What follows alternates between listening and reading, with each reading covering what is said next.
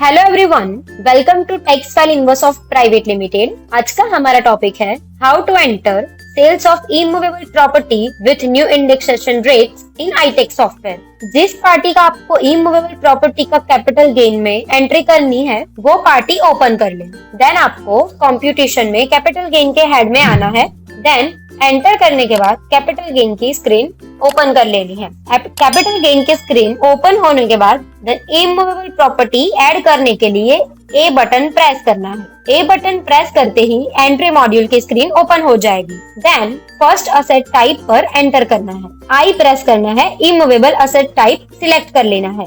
Then सब type पे enter करना है। देन आपका जो भी सब टाइप है, मतलब लैंड, बिल्डिंग, हाउस और एग्रीकल्चर है, तो आपको सिलेक्ट कर लेना है। हम एग्जांपल के लिए यहाँ पे बिल्डिंग सिलेक्ट करेंगे। देन डिस्क्रिप्शन एंटर कर लेना है। देन सेल्स के ऑप्शन में प्रॉपर्टी सेल्स की डेट एंटर कर लेनी है। देन सेल्स अमाउंट एंटर करनी है। Then value as per stamp valuation authority पे एंटर करना है। देन एक्विजिशन मतलब परचेज डेट एंटर कर लेनी है। एक्सपेंडिचर है तो वो एंटर कर लेना है। देन एंटर करके आगे आ जाना है। देन आपका इम्प्रूवमेंट कॉस्ट है तो यस करना है, अदरवाइज नो करना है और आगे आ जाना है। देन आपका कोई डिडक्शन अंडर सेक्शन 54 है तो एंटर कर लेना है, अदरवाइज एंटर करके आगे आ जाना है। देन एंटर करने के बाद आपको बायर की डिटेल्स एंटर करनी है। देन डिटेल्स एंटर करने के बाद एस्केप बटन प्रेस करना है। एस्केप बटन प्रेस करने के बाद आपकी इमूवेबल प्रॉपर्टी की एंट्री हो जाएगी। बट हमने जो एंट्री की है वो एंट्री अपनी कैपिटल गेन की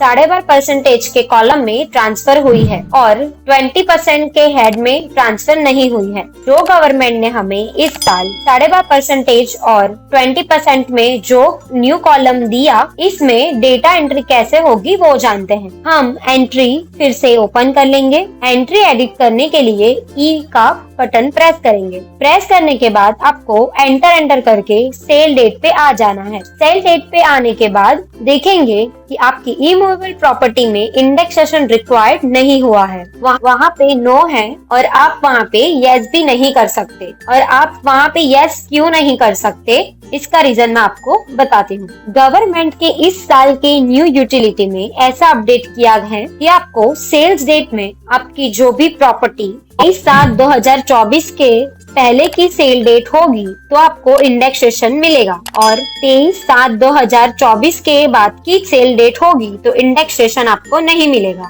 जैसे कि हम हमारी एंट्री में सेल डेट 22/7/2024 करते हैं और एंटर करके इंडेक्सेशन रिक्वायर्ड पे जाते हैं तो आपको इंडेक्सेशन रिक्वायर्ड में यस करने देगा, जैसा कि आप हमारे स्क्रीन पे देख सकते हैं। देन एंटर करके आपको बाहर आ जाना है। बाहर आने के बाद आप देखेंगे कि आपकी एंट्री 20% के कॉलम में आ गई है जिसमें इंडेक्सेशन मिल रहा है। बट हमारी तो एक्चुअल सेल डेट 23/7/2024 के बाद की है तो उसमें हमें इंडेक्सेशन रिक्वायर्ड मिलेगा ही नहीं। अब हमें इमूवेबल प्रॉपर्टी में जो हमारी एक्चुअल सेल डेट है वो एंटर कर लेनी है। फिर से हमें एंट्री एडिट करने के लिए सेल डेट पे जाएंगे और एंट्री करके एंटर करके एंट्री एडिट कर लेंगे और एस्केप करके कंप्यूटेशन में आ जाएंगे।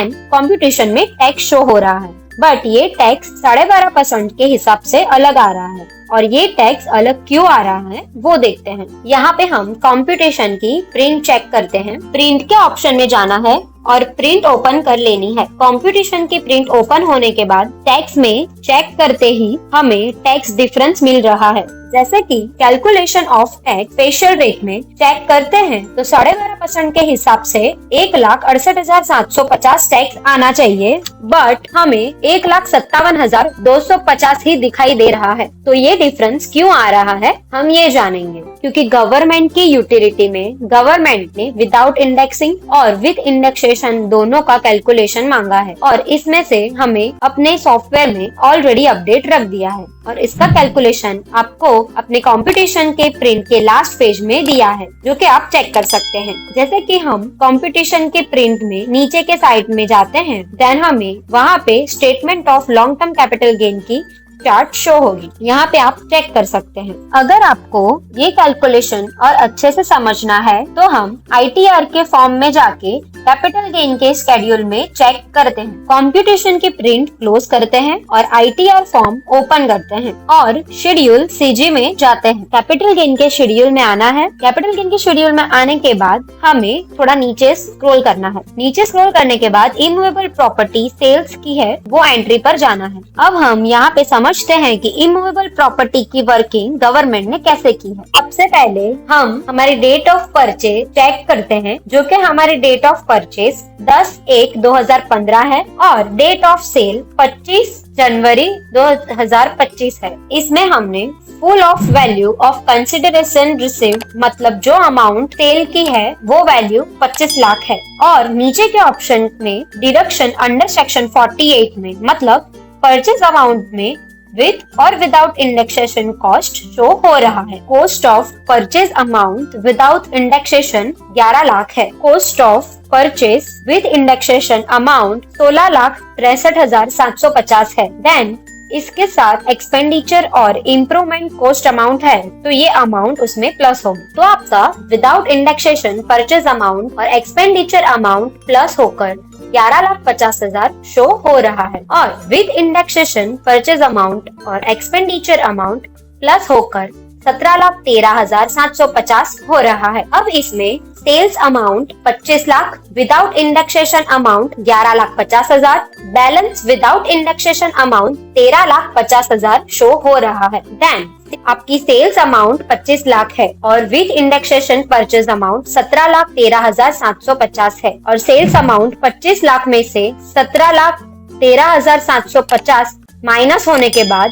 आपका बैलेंस 7,86,250 शो हो रहा है। Then long term capital gain on immovable property without indexation balance 13,50,000 है और long term capital gain on immovable property with indexation balance 7,86,250 रुपए है। देन ए के कॉलम में टैक्स एज पर 112 12.5% के अकॉर्डिंग विदाउट इंडेक्सेशन आपको जो टैक्स लग रहा है वो 1,68,750 शो हो रहा है और कॉलम बी में tax for the purpose of second provision to section 112 20% with indexation tax 1,57,250 show हो रहा है। कॉलम ए और बी को माइनस करने के बाद जो एक्सेस अमाउंट आ रही है वो 11,500 है और ये एक्सेस अमाउंट को हमें इग्नोर करना है। 11% में 1,68,750 अमाउंट शो हो रहा है और 20% में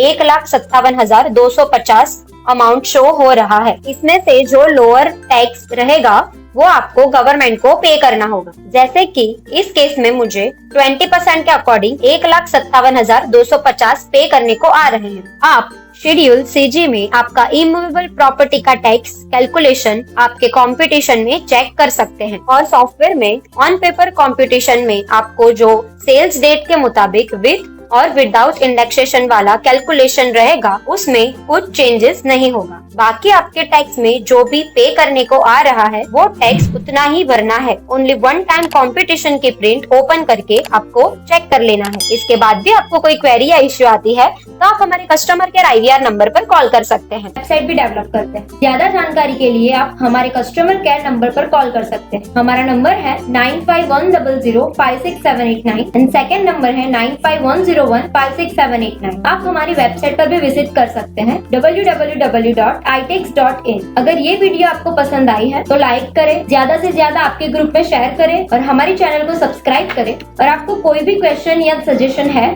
तो कमेंट बॉक्स में जरूर बताएं। नेक्स्ट वीडियो में हम आंसर करेंगे। अगर अभी तक आपने चैनल को सब्सक्राइब नहीं किया है तो सब्सक्राइब करें और बेल आइकन पर प्रेस करें ताकि आपको अपडेट्स मिलती रहे। Thank you.